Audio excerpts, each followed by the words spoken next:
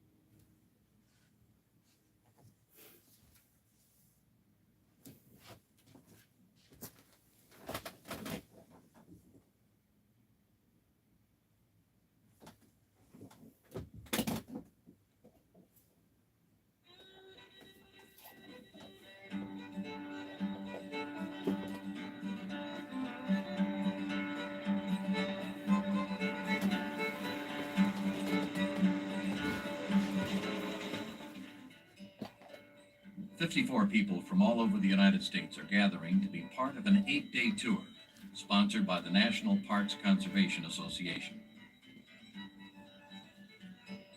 Highlights will include visits to the national parks of the North, Little Bighorn, Yellowstone, and Glacier, and a 400-mile rail journey through the Rocky Mountains on the Northern Parks Limited. The train consists of 7 restored streamlined passenger cars headed by twin Montana Rail Link SD-19 diesels. It will travel along the old Northern Pacific route from Livingston to Paradise. No passenger train has been on these tracks since 1979. Stops will include Pompey's Pillar, the Gates of the Mountains, a ranch with real cowboys, a boat ride on the Missouri River, and the cities of Missoula, Helena, Billings, and Livingston. Peter Vall and John Drescher of PVA Travel, Palo Alto, California, organized the journey. John Kirkwood, who's owner of Rail Ventures Incorporated, provided the restored streamlined passenger cars. Distinguished professors Harry Fritz and Al Runte are along to share their expertise on the American West. Our adventure begins in Billings, Montana.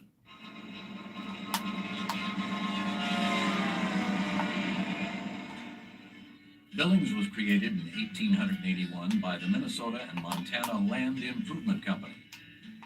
Montana was rich with gold, silver, and copper. The arrival of the Northern Pacific Railroad in 1892 guaranteed Billings' future. Chairman of the American History Department, University of Montana, Professor Harry Fritz. Billings was also a railroad town. Billings did not exist before the coming of the Northern Pacific Railroad. It's named after a president of the Northern Pacific Railroad, Frederick Billings. Billings got its importance as a commercial town, as a trade town, and as an agricultural center. So it's the Montana counterpart of Denver and Salt Lake and Boise and Spokane and Calgary and Edmonton. The Western Heritage Center, originally built as a library by the Billings family, is now a museum dedicated to the early history of Montana. Montana was Crow country, a wilderness. Crow Chief Arapush. The Crow country is good country. The Great Spirit has put it in exactly the right place. While you are in it, you fare well. Whenever you go out of it, whichever way you travel, you fare worse. But things change. In the mid-1800s, attracted by precious metals and the promise of a better life, white settlers came from every direction, on foot, by wagon, on horseback. In 1876, the event that changed this Crow country forever, the battle at Little Bighorn.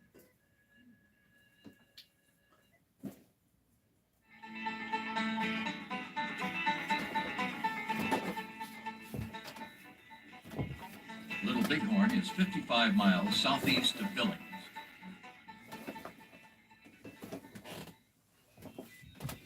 In December of 1875, the Commissioner of Indian Affairs delivered an ultimatum to the Sioux and Cheyenne nations. They must report to their reservations or be branded hostile. Cheyenne squaw Iron Teeth. Our tribes were to have a permanent home in our favorite Black Hills country. We were promised that all white people would be kept away from us there. But after we had been there a few years, General Custer and his soldiers came there and found gold. Many white people crowded in, wanting to get the gold. Our young men wanted to fight these whites, but there were too many of them coming. Soldiers came and told us we would have to move to another part of the country and let the white people have this land where the gold was. This action of the soldiers made bad hearts in many of the Cheyenne and Sioux. The most angered ones went out to the old hunting grounds between the Powder and Bighorn rivers. In the spring of 1876, President U.S. Grant ordered General Philip Sheridan to round up the hostiles. Sheridan dispatched 3 Army columns under the commands of General George Crook, Colonel John Gibbon, and General Alfred Terry into southeastern Montana. Their mission was to engage the hostiles and force them back to their reservations. Lieutenant Colonel George Custer, age 36, an ambitious officer with his eye on the presidency, served under General Terry. Custer commanded the 7th Cavalry, about 600 men. 50 miles southeast of Little Bighorn at Rosebud, 1,000 Sioux and Cheyenne warriors wiped out General Crook's forces. Fresh from victory, the Indians moved toward the Little Bighorn River to a place they called Greasy Grass. Others also head for Greasy Grass, and by June 25th, 5 tribes, nearly 7,000 Indians, among them Chief Sitting Bull, are camped in the valley along the banks of the Little Bighorn River. Custer decides to attack the camp on Sunday, June 25th, 1876. The final, desperate struggle begins.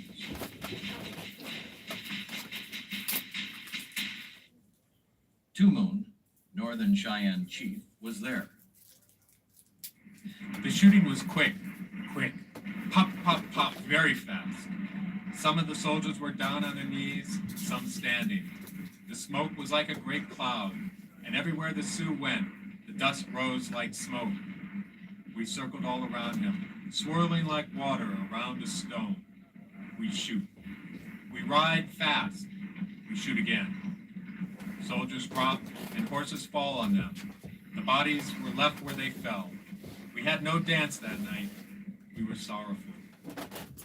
Chief Sitting Bull, in an interview soon after the battle.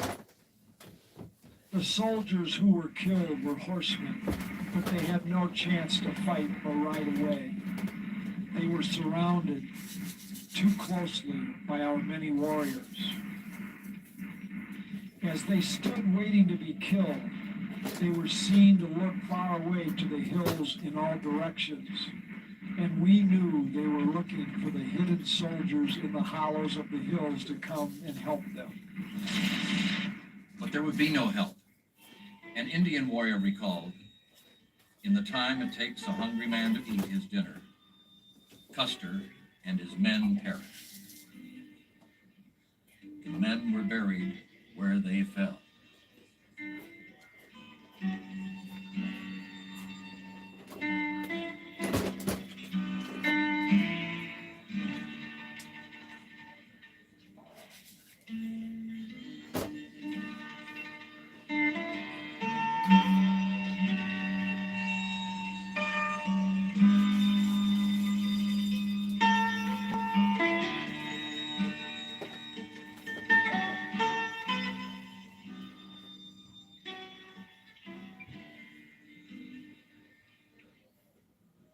With the annihilation of Custer and his men, the nation focused its wrath on the American Indian. The United States Army swarmed over the plains and waged war. After years of fierce resistance, the will of the Indian finally weakened. By the late 1800s, the American Indian had been stripped of their dignity and freedom.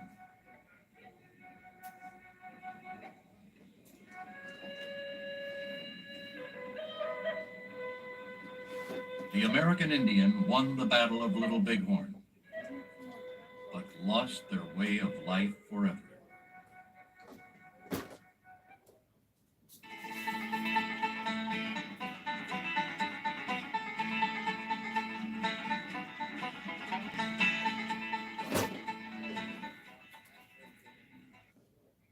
In 1803, Meriwether Lewis and William Clark were commissioned by President Thomas Jefferson to trace the Missouri River to its source and to find the shortest route across the mountains to the Pacific. The expedition lasted 28 months and covered 8,000 miles.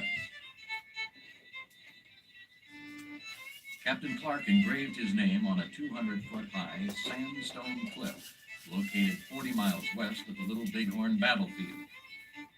Clark named this landmark Pompey's Pillar, after the young son of their Indian guide, Sacagawea.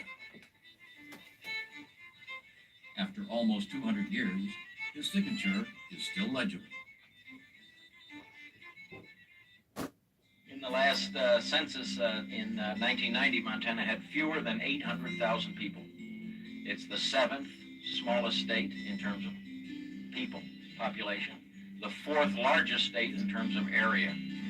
Just a little better than 5 people per square mile. Most of those people live in cities. Montana, ironically, is an urban state. Most of those cities are in western Montana. If you take the vast areas of central and eastern Montana, it's well less than 2 people per square mile, which is not even a frontier, according to Frederick Jackson Turner. In these vast, isolated areas lives an American tradition, the cowboy. Jack Blankenship lives on a ranch near Red Lodge, located in the foothills of the Beartooth Mountains. Jack Blankenship is a cowboy. Yep. There's nothing better than seeing baby calves in the spring, or seeing flowers that bloom in May, or when the colors change in September, or 6 inches of snow in December.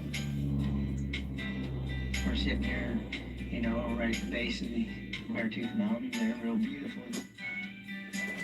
Peter Campo, a builder from Boston, Massachusetts, owns this 600-acre ranch. Peter, along with his wife Kim and daughter Bo, visit the ranch whenever they get the chance. There's absolutely no question I'm in it more than the money. There is no money in this game. What attracted me to Montana was horses, and it's great horse country. The next thing to follow is that if you need something to do with a horse, and chasing cows seemed like the thing to do. And basically the only reason you do this is you love the wide open spaces and the animals. And if it wasn't for those things, you wouldn't do it.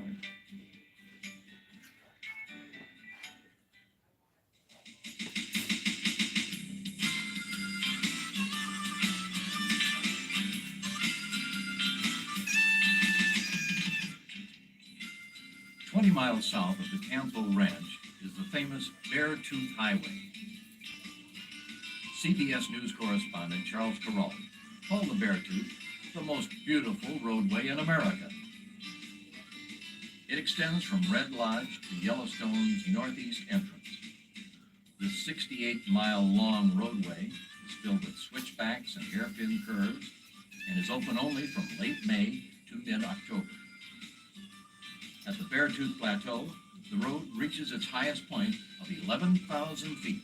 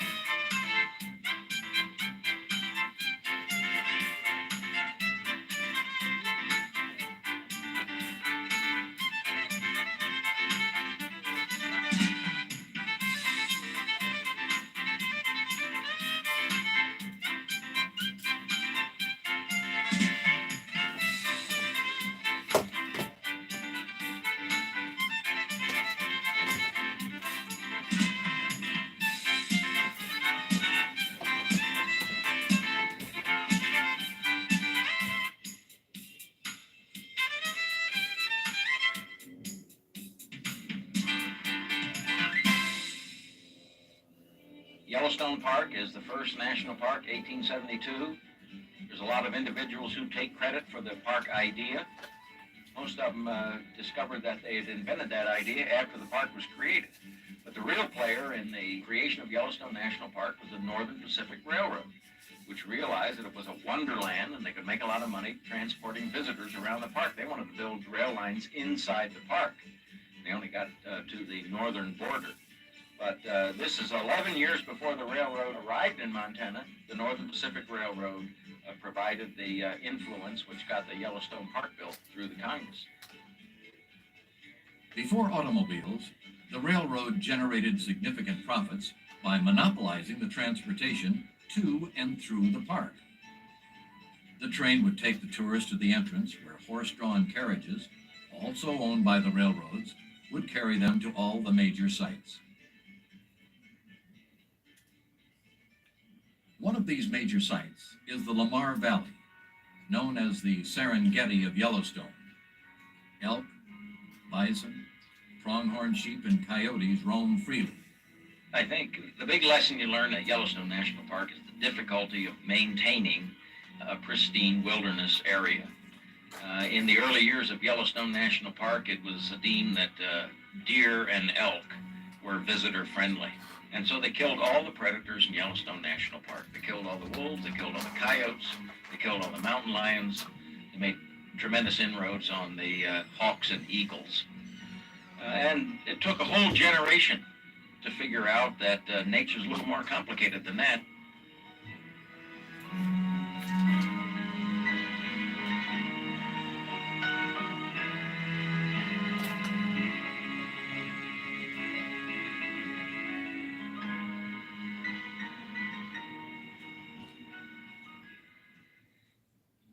Yellowstone thermal activity includes geysers, hot springs, mud pots, and fumaroles. Former Yellowstone employee Bob Solomon. It's the remnants of a volcano, and that some of that thermal activity is not too very far underground, and that's one of the reasons for so much of that thermal activity there. It's the groundwater's percolating back in and into the ground and then being heated, ejected again, both as water and steam and superheated steam. Old Faithful is the most famous geyser in the world. It's called Old Faithful because it spouts a column of hot water 150 feet in the air every 60 minutes. Yellowstone contains more than 300 geysers, 1/5 of the world's supply.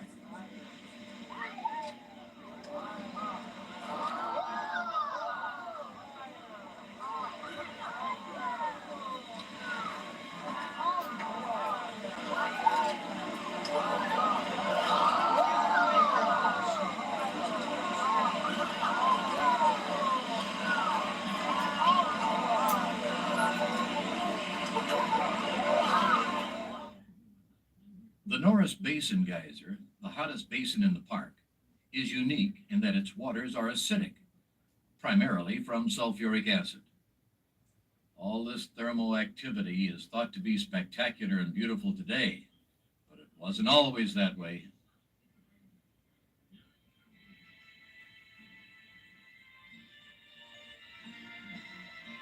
There's all sorts of legends and stories about Yellowstone going back to John Colder, who supposedly was the first white man to see that area. The Indians were superstitious about it because of the hot springs and everything that went on up there. They thought it was hellfire and damnation. It was a sacred spot, but it was a frightening spot too. It was pretty much their envisionment of what hell would be like. A.B. Guthrie, the writer who first used the term Big Sky Country. They put a proper name to it, all right, calling it Coulter's Hell. Hell might lie underneath, sure enough, in the great unseen hole that echoed to the horses' feet, in the fire that burned under all the land and sent water boiling out of the ground and jets of steam that hissed up and trailed off in clouds. Most Americans have a vision in their mind of what the national parks look like and what kind of experience they're going to have there. Everybody has a mental image of Old Faithful, which is probably the #1 tourist destination point in America. Not even Disneyland is more important. And everybody's seen a postcard or a movie or a video of Old Faithful.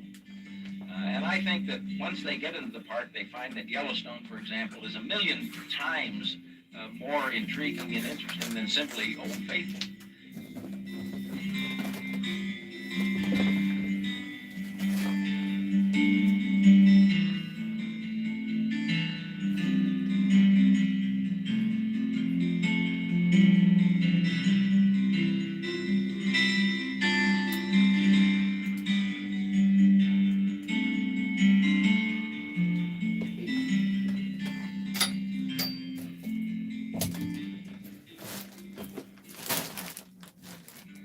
Located on the northeast side of Yellowstone, the Gardner entrance was the most popular entrance into the park during the time of rail travel. The Gardner station is gone, but the archway remains. Dedicated in 1903 by Teddy Roosevelt, the arch reads, "For the benefit and enjoyment of the people."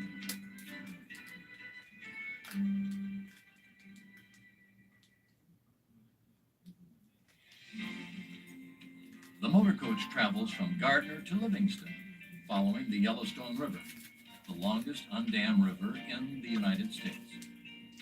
The river spans 3 states and covers over 700 miles. The Yellowstone is known as one of the finest fishing rivers in Montana. A private fishing guide and permit in the summer season can cost up to $250 a day. Along this river lies Paradise Valley, the Rodeo Drive of Montana. Tom Cruise, Mel Gibson, Peter Fonda, Tom Brokaw, Brooke Shields, Ted Turner, Jane Fonda, Michael Keaton, Glenn Close, Jeff Bridges, Tom Selleck, Sidney Pollack, George C. Scott, and Robert Redford all own property here.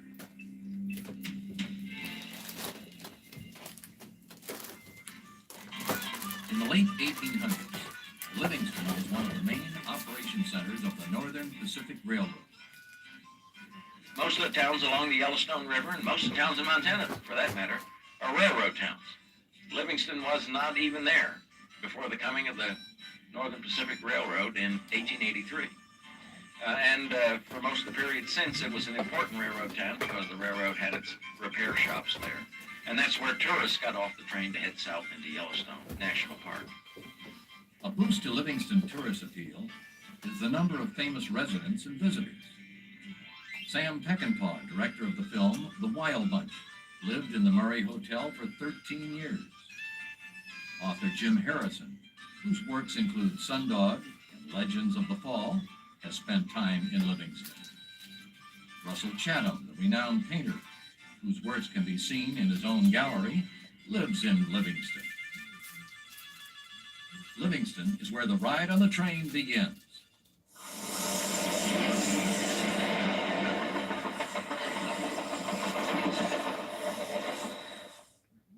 Rail Ventures Incorporated restores old passenger cars for chartered trips. The idea of this trip was to combine the joys of a fancy train ride with the beauty of Montana. John Kirkwood, owner of Rail Ventures, has a history of railroading in his family. My great-grandfather was in railroading. My grandfather built a railroad in Oregon that was sort of the start for me, and is now part of the Southern Pacific. And then I got wrapped up in this about 20 years ago and been going ever since. The cars of this train, with the exception of the locomotive, which is owned by Montana Rail Link, have been restored and leased to Rail Ventures. The train is headed by twin SD-19 diesels. The special consist is made up of a power car, crew car, Vista Dome, dining car, 4 sleepers, and a business car with a rear platform. All of the cars have exotic names, evocative of journeys made long ago. The Columbia River, the Montecito, the Bella Vista, the Yerba Buena. We probably leave the basic wall structure in a bedroom car, but the lounges and areas like that, we strip out, and then we go back and rebuild. And literally every inch of wire in a car is replaced. In order to meet Amtrak standards, we spend probably $200,000 a car on basic mechanical things under the floor, and then we spend anywhere from $300,000 up to $600,000 in upstairs things like wood paneling and comfortable beds and galleys that need lots of stainless steel and ovens and so on. It varies greatly, but it's about a year-long process to bring one of these cars from Amtrak junk heap to full rebuilt status for our use. And we do have the best cars in the country in that regard.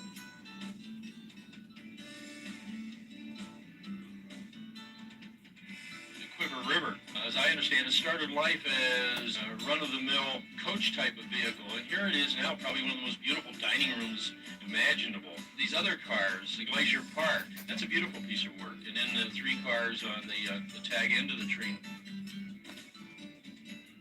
They're just absolutely beautiful, both inside and outside.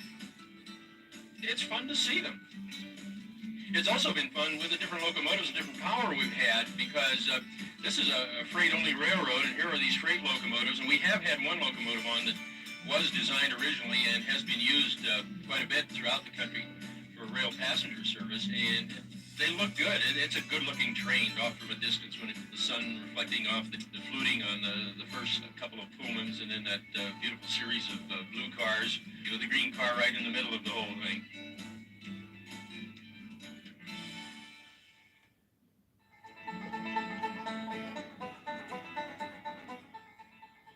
After leaving Livingston, the train travels through the town of Bozeman toward the Missouri headwaters, located at the spot where the Jefferson, Madison, and Gallatin rivers meet.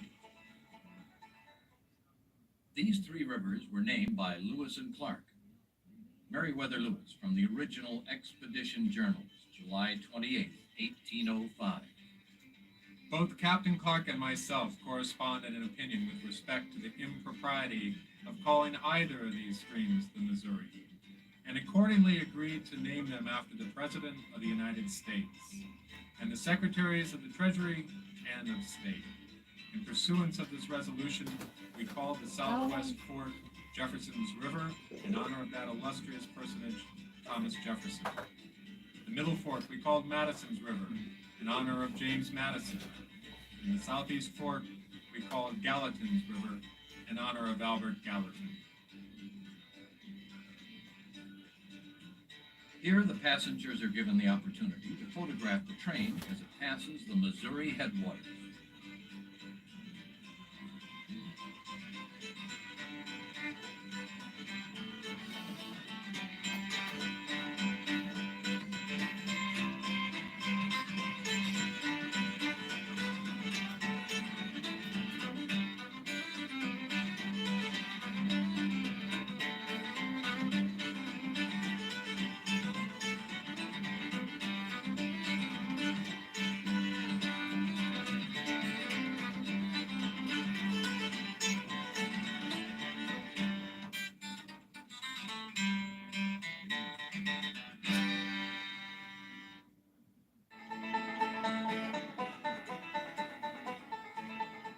The rail bed snakes its way north, following the river's curves from the Missouri headwaters to the Toston Dam.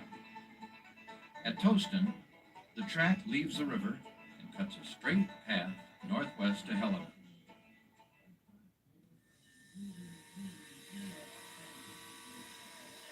The train travels only by day. At night, it is serviced. This allows the passengers to walk around the town, meet the locals, and see the architecture. The Helena Depot, built in 1888, is no longer used for passenger service, but remains a piece of Helena's history. Helena, originally a mining center, later developed into the political center of Montana. The state capitol building began construction in 1899 and is known for its copper dome. Riding on trolleys through the city, one can see the Cathedral of St. Helena. This building, modeled after European architecture, took 16 years to complete, and its twin spires stand 230 feet above the city streets.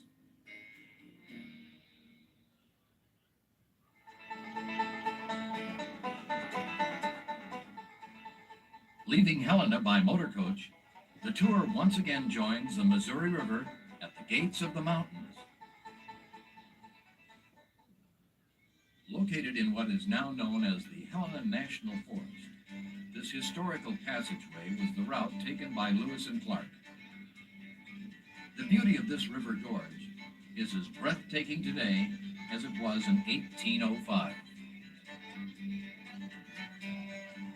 This evening we entered much the most remarkable cliffs that we have yet seen. These cliffs rise from the water's edge on either side perpendicularly to the height of 1,200 feet. The towering and singular appearance of this place, I called it the gates of the mountains. Traveling by motorboat through the gates of the mountains, the group views the wildlife living on the harsh terrain on each side of the Missouri River.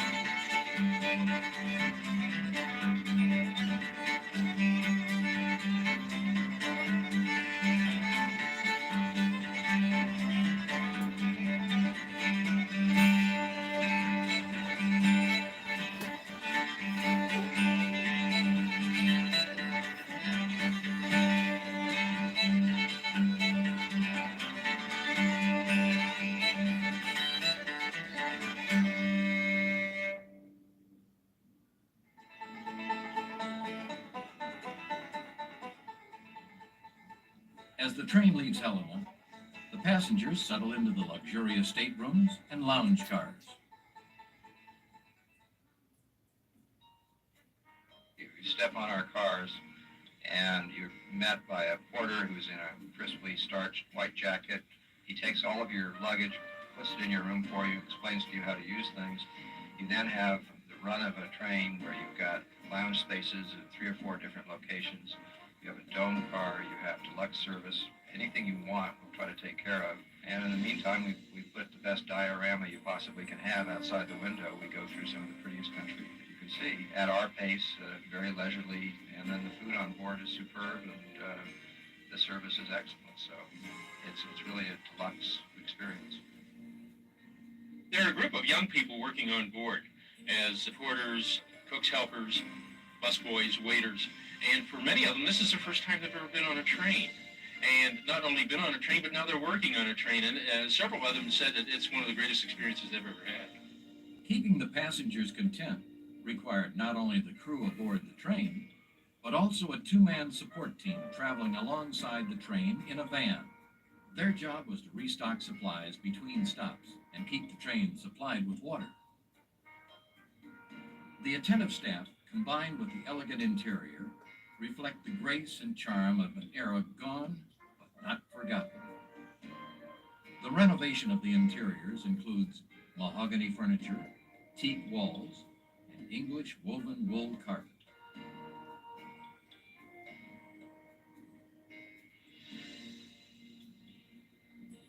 Contemporary amenities include televisions, VCRs, and CDs.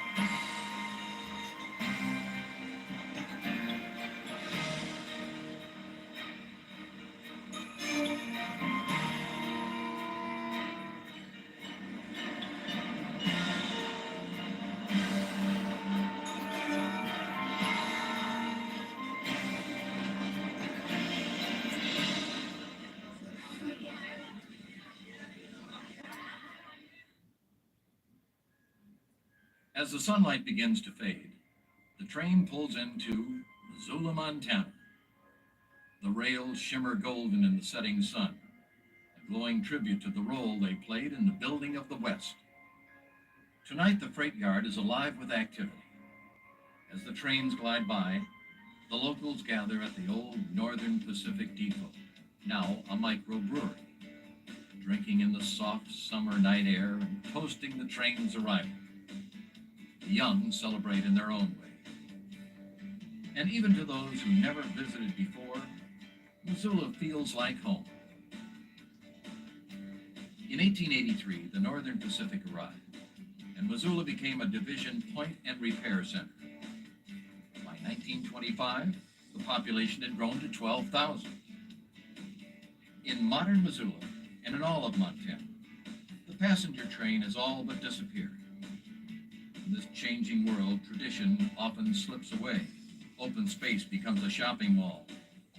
Grazing land becomes a suburb. Rather than fight the inevitable, most Montanans have accepted the new ways. We're cappuccino cowboys out here. In Montana, you're getting a espresso cart on every corner and an old-fashioned bar in the middle of the block, so it's hard for old-timers to know which one to stop at.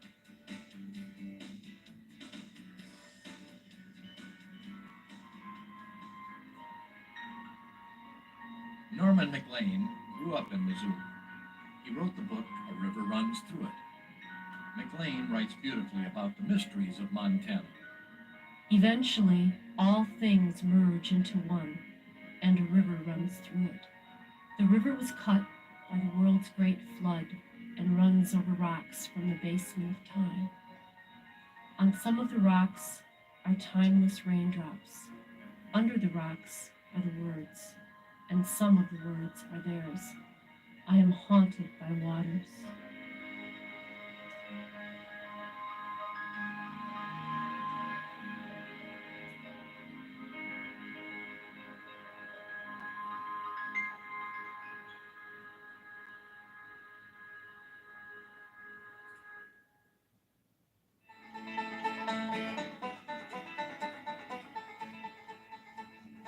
Leaving Missoula, the train follows the natural curves of the Clark's Fork River and weaves its way to Paradise.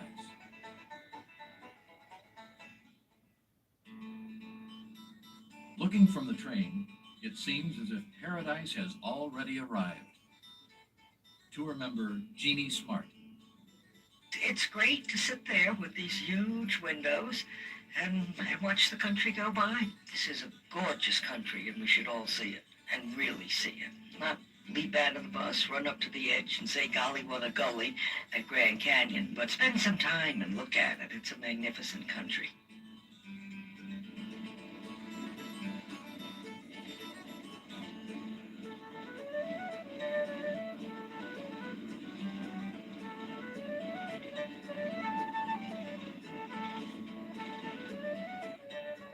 I think the draw on this tour was as much the rail travel as it is Montana. And the connection of the two, Montana by private rail, was irresistible.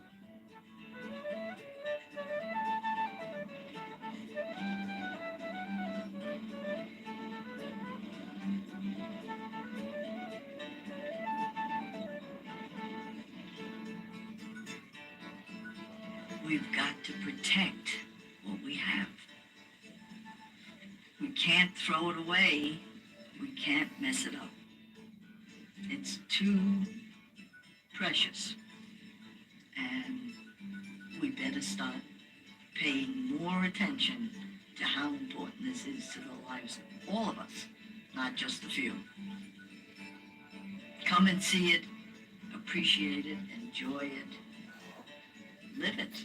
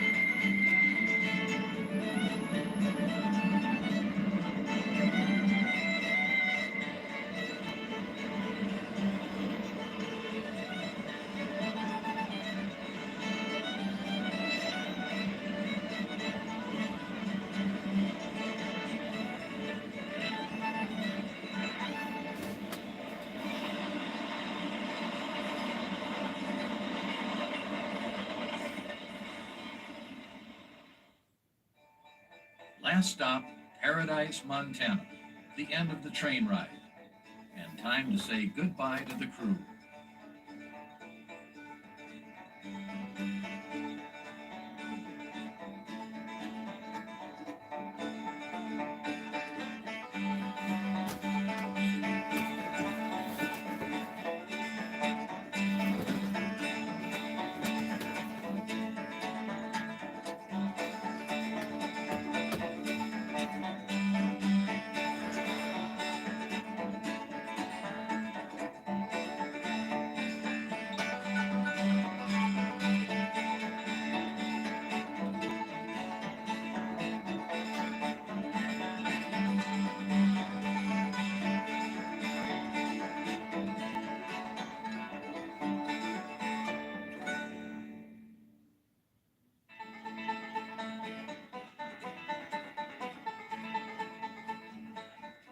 Next stop, Glacier National Park.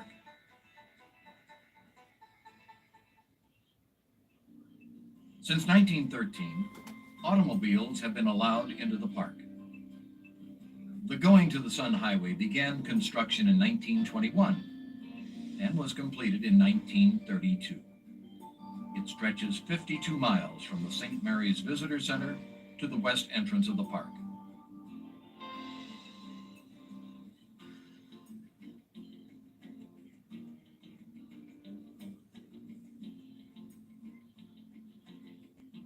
It winds around waterfalls and valleys carved by glaciers. Due to weather, the highway is only open from June through September. But even in June, the days are not always sunny.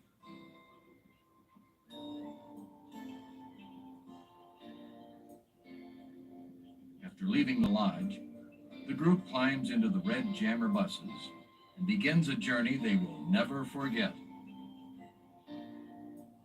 Built in 1936 by the White Motor Company in Ohio, the Jammers have survived with few improvements.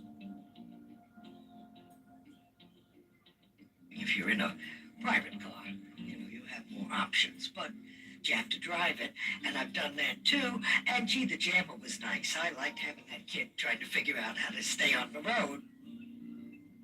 One thing in any national park is they are not picture postcards.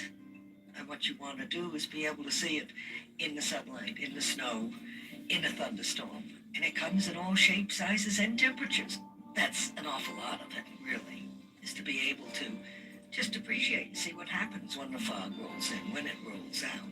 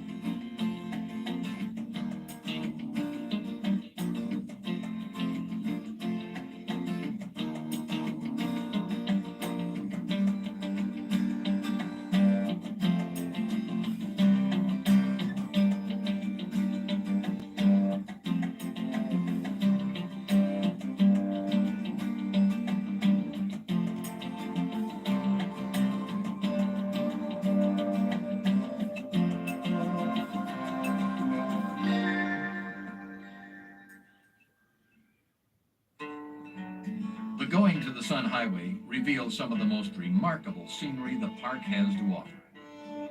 The highway was built along the sides of the mountain, called the Garden Wall. Melting snow causes water to seemingly come through the rocks. It is called the Weeping Wall. Passengers can reach out from their cars and touch the rushing water.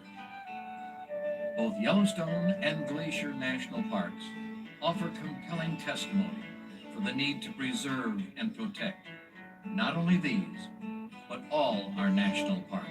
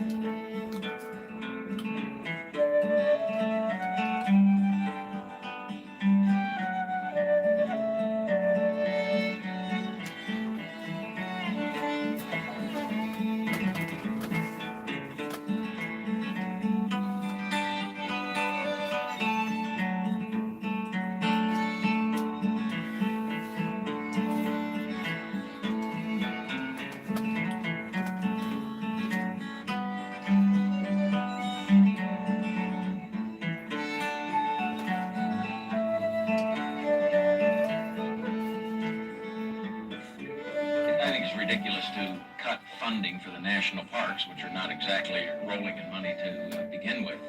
I mean, this is one thing the government does, which is not exactly a discretionary item. It owns the national parks and it ought to manage them. I really do feel that the beauty of Montana is it's one of the few places left that's not spoiled by man. And that's what it really means. It's the last place left that man hasn't moved.